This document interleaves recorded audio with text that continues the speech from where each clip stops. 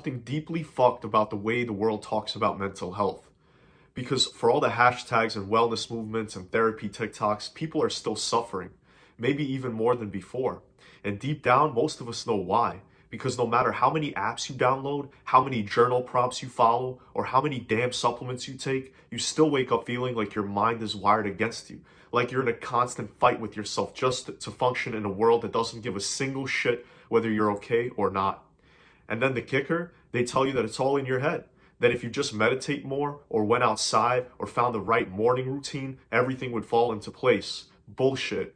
Mental illness didn't explode out of nowhere. Anxiety, depression, burnout, this isn't some mysterious modern curse. It's a rational reaction to the environment we're living in. We're not malfunctioning, we're responding. And the system wants you to think you're the problem, so you never question what it's doing to you. We live in a world that is overstimulating, over-demanding, and under-supportive. A world that constantly sells you the idea of being well while stripping away every single thing that makes wellness possible. You're told to take care of yourself while working 3 jobs just to pay rent. You're told to log off and be present, but everything from your phone to your job is designed to hijack your attention. You're told to talk about your feelings, but judged the moment you do. It's insanity disguised as inspiration. And the worst part, we've normalized it. We've built an entire culture that treats dysfunction like it's personal failure, instead of seeing it for what it is, a system that's profiting off of our pain. If you've been feeling like you're doing everything right and still barely hanging on, that's not because you're weak. It's because the weight you're carrying was never meant to be yours alone. The game was rigged, and healing starts by admitting that.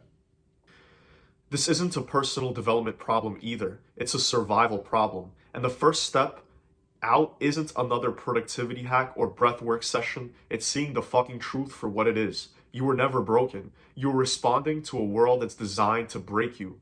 Most people walk around with their heads filled, but their hearts empty. You start to realize this when you look past the surface of how people speak, how they move, how they react. Everything feels mechanical, rehearsed, like they're playing some part that was handed to them, and they're too tired or too scared to ask if that role even makes sense anymore.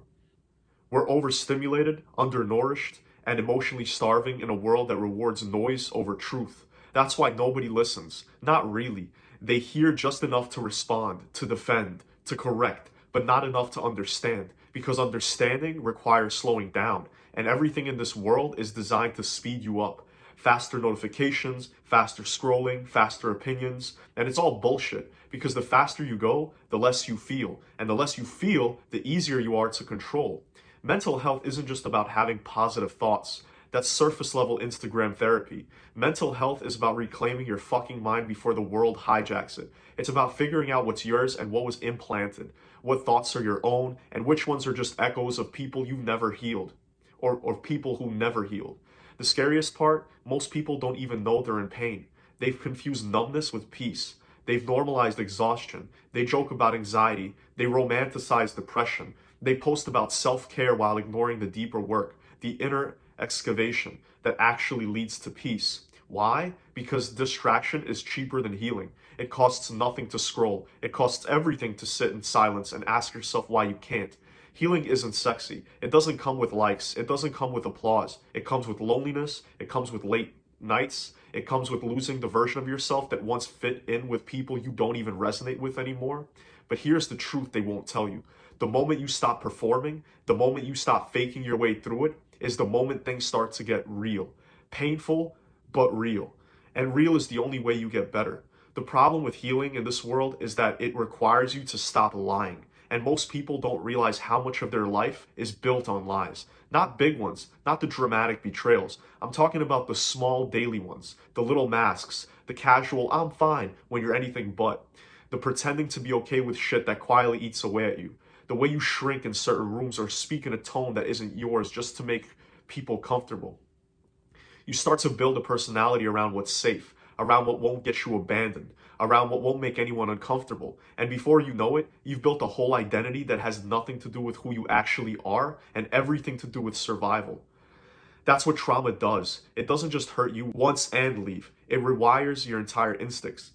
It turns your defense mechanisms into default behaviors, and you never stop to question them. You start confusing your armor for your skin.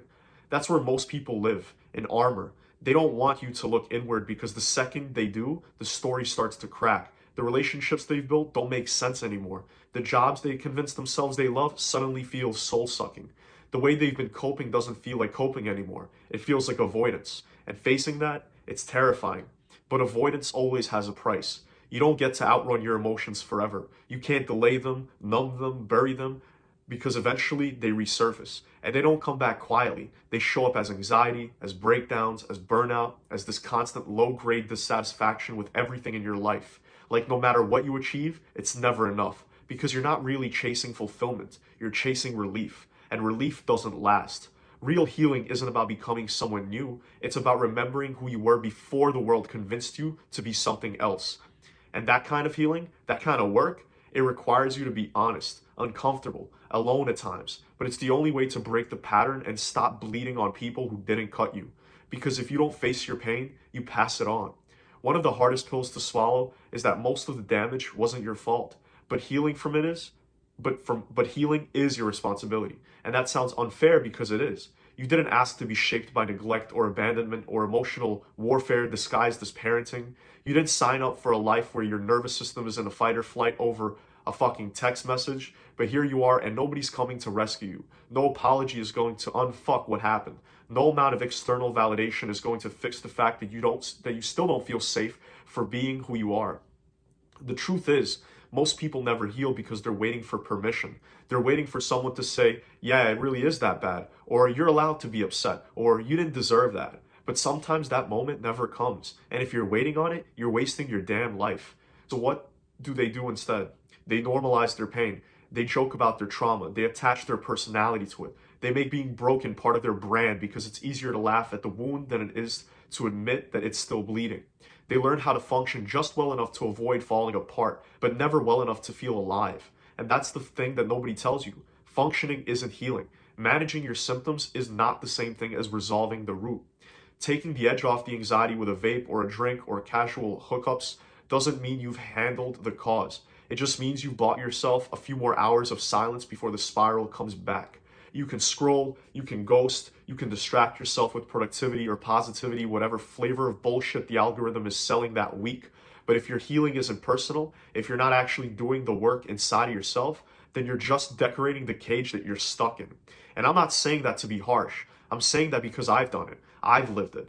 There's a moment where you realize that you're the only one who can open the door. And that moment is fucking terrifying. And it's also the beginning. Healing doesn't start when you find the perfect therapist or read the perfect book. It starts when you finally say, I'm done running from my own fucking mind. That's it. It's not dramatic. It's not some big scene. It's usually just you, alone, on a random night, staring at a wall or a ceiling, sick of your own patterns and ready to stop bullshitting yourself. That's the shift. Not some magical moment, just the decision to actually face your pain instead of numbing it, avoiding it, or turning it into a personality trait. And no, you don't need to have it all figured out. You just need to start with honesty. Brutal, uncomfortable, nothing left out honesty. Ask yourself, who am I when nobody is watching? What parts of me are real? And what parts are just survival mechanisms? What do I keep pretending doesn't bother me just so I can stay functional? Most people won't ask those questions because they're scared of what they'll find. And I get it. So was I. But the truth is, you can't fix a problem you won't look at. You can't heal a wound that you keep covering up with distractions and affirmations and half-assed self-care routines that just make you feel productive while avoiding the deeper work. Real healing is messy. It's awkward. It's crying in your car at red lights. It's feeling like a fucking lunatic one week and weirdly peaceful the next. It's digging up stuff you swore you moved on from, only to realize it still has a hold on you. It's setting boundaries that make people uncomfortable. It's losing friends who liked you better when you were pretending to be okay. But you know what else it is? It's clarity. It's getting to a place where your peace isn't so fragile, when your mood isn't dependent on someone texting you back, where you don't spiral every time life throws something heavy at you. And yeah, it's slow, it's boring, it's not aesthetic, there's no applause, there's no milestone marker that tells you you made it. But then one day you realize that something that would have wrecked you 6 months ago doesn't even faze you now. And at that moment, that quiet internal proof, that is your win. You don't need to post it. You don't need to prove it because it'll live inside of you. And that's real power. Most people think healing is this grand spiritual journey where you float above your trauma and meditate your way into enlightenment, but it's not.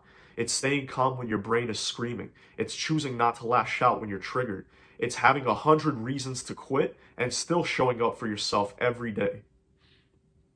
Because no one's coming to save you. And that sounds harsh, but it's the most liberating thing you can realize. Once you stop waiting for a perfect partner, a perfect therapist, a perfect day to begin, you start reclaiming your power, slowly, quietly, and consistently. And that's what real healing looks like. It's not a glow up, it's a grind.